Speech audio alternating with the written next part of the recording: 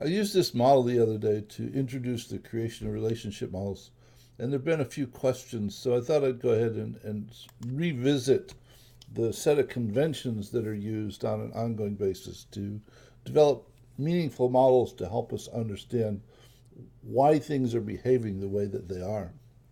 Within a relationship model, there are two kinds of things. There are elements and there are connections or relationships that cause the elements to change.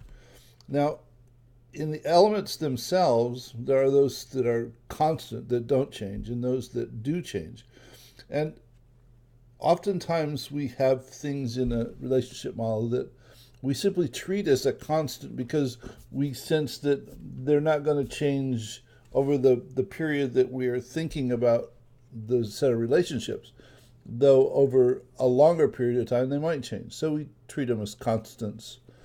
For those things that do change, they come in two kinds. They come in things that accumulate. They increase or decrease over time, but they represent a real quantity of stuff. So here, trained support staff is a number of people, whereas hire and trained support staff is something we do to end up with more trained support staff. So when we look at the relationships, we understand the relationships in the context of what they're related to. So for here, the plus indicator means that as the desired support readiness increases, the support readiness gap increases. Now, we think about the relationship in sort of abstracted from everything else. So when you're trying to think about what the relationship ought to be, simply forget that anything else exists on the relationship model and just think about the interaction between these two elements.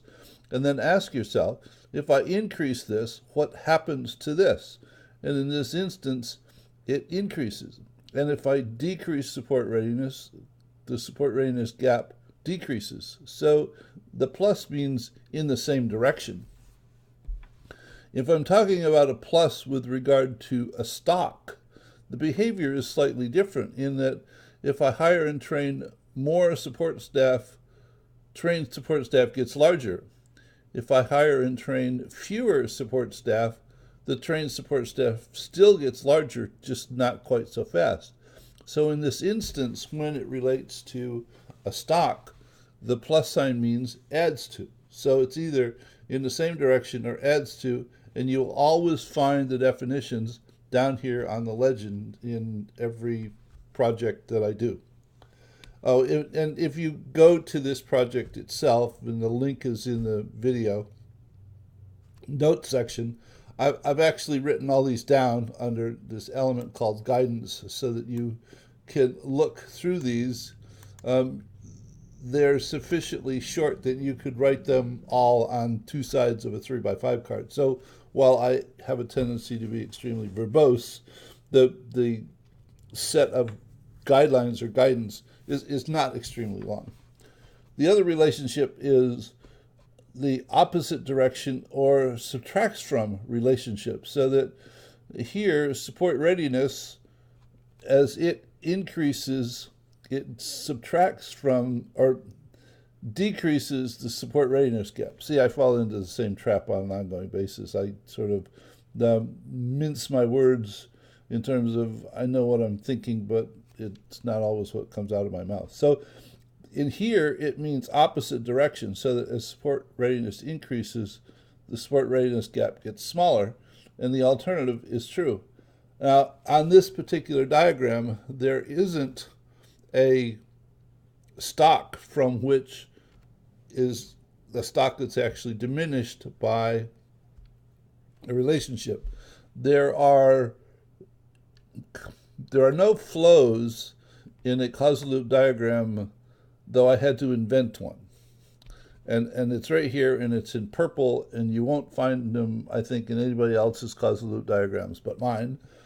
But I ended up creating things that looked like something else, and they were wrong. So I had to invent this relationship, which is actually a flow in a causal loop diagram. It says that trained support staff declines and current employees increases, and this represents a flow from one to the other.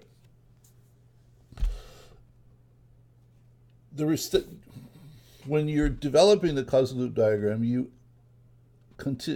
begin with the problem, which for this particular situation it was the support readiness gap, the difference between what the organization wanted for support readiness and where it currently was, and that caused it to do a number of things. So you begin with a problem and you ask yourself the same two questions over and over again, and that is, given that this is the situation, what does that influence? Hire and train support staff. The other question is, what influences this? Well, we already had this and there's nothing else. But you continue to look at every element and you ask yourself, what does this influence? What influences it? And you're continually looking for ways to create loops, because we've come to understand that loop structures have more influence on the behavior of a set of relationships than simply direct influences.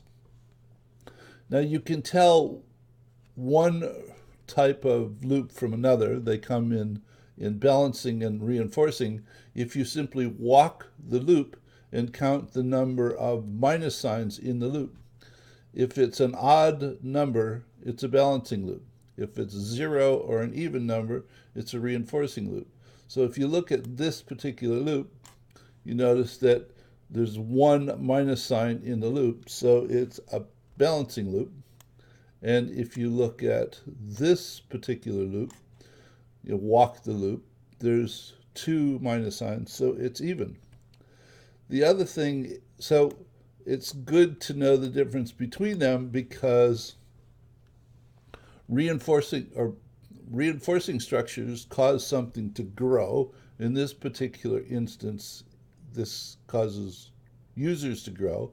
Balancing structures are actually goal-seeking, an attempt to bring a balance between certain things. Here, it's trying to balance the difference between support readiness and desired support readiness.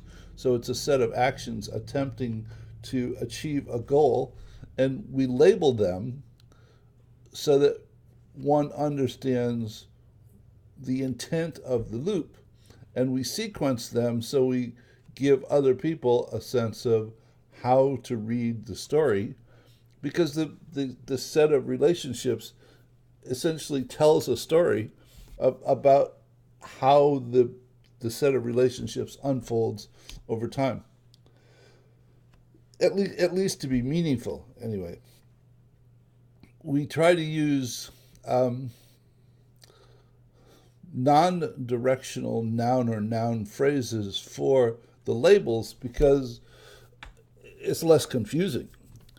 And you'll understand that the first time that you label something increasing cash flow or something, and you try to think about the increasing cash flow or something. It creates headaches.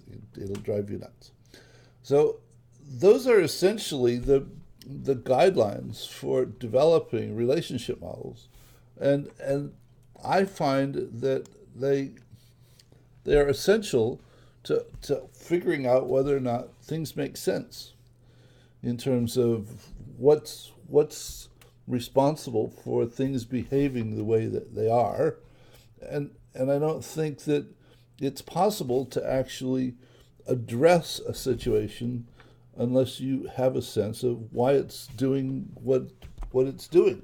Otherwise, we're simply doing little more than just meddling in the situation. So that's sort of Relationship Models Revisited. Hope you find that set of guidelines helpful, and I'll be back in another video soon to talk about how we address, or one way to address, the problem that's presented by this particular relationship model. So take care.